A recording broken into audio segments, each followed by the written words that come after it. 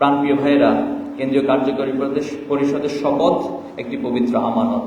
এই দায়িত্ব পালনের পথে ব্যক্তি হিসেবে নিজেকে যোগ্যতা সম্পন্ন করে গড়ে তোলা অন্যতম দায়িত্ব। পরিশুদ্ধ আমল, আত্মশুদ্ধি, চিন্তার গভীরতা, প্রজ্ঞা ও রাজনৈতিক দূরদৃষ্টি, দক্ষ সংগঠক ও আল্লাহর খাঁটি গোলাম হওয়ার জন্য সর্বোচ্চ প্রচেষ্টা আমাদেরকে চালাতে হবে এবং কার্যকরী পরিষদের সদস্যদের সমৃদ্ধশালী দেশ গঠন ও আদর্শিক নাগরিক তৈরিতেও অঙ্গীকারবদ্ধ থাকতে হবে। ইসলামী ছাত্র শিবিরের সাংবিধানিক কার্যকরী পরিষদের সদস্যদের দায়িত্ব কর্তব্য সম্পর্কে বর্ণিত হয়েছে।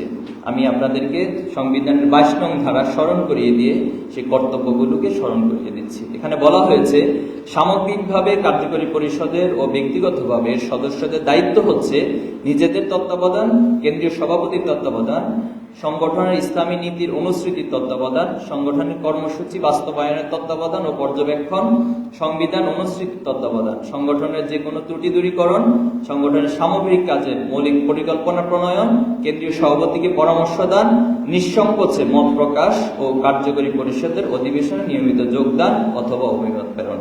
কার্যকরী পরিষদের এই সাধারণ অধিবেশন যেহেতু সংগঠন সংক্রান্ত অনেকগুলো গুরুত্বপূর্ণ বিষয়ে সিদ্ধান্ত গৃহীত হবে, তাই আমি পুরো অধিবেশন জুড়ে সবাইকে স্বতঃস্ফূর্ত থাকা এবং নিঃসংকোচে মত প্রকাশ করার জন্য অনুরোধ করছি।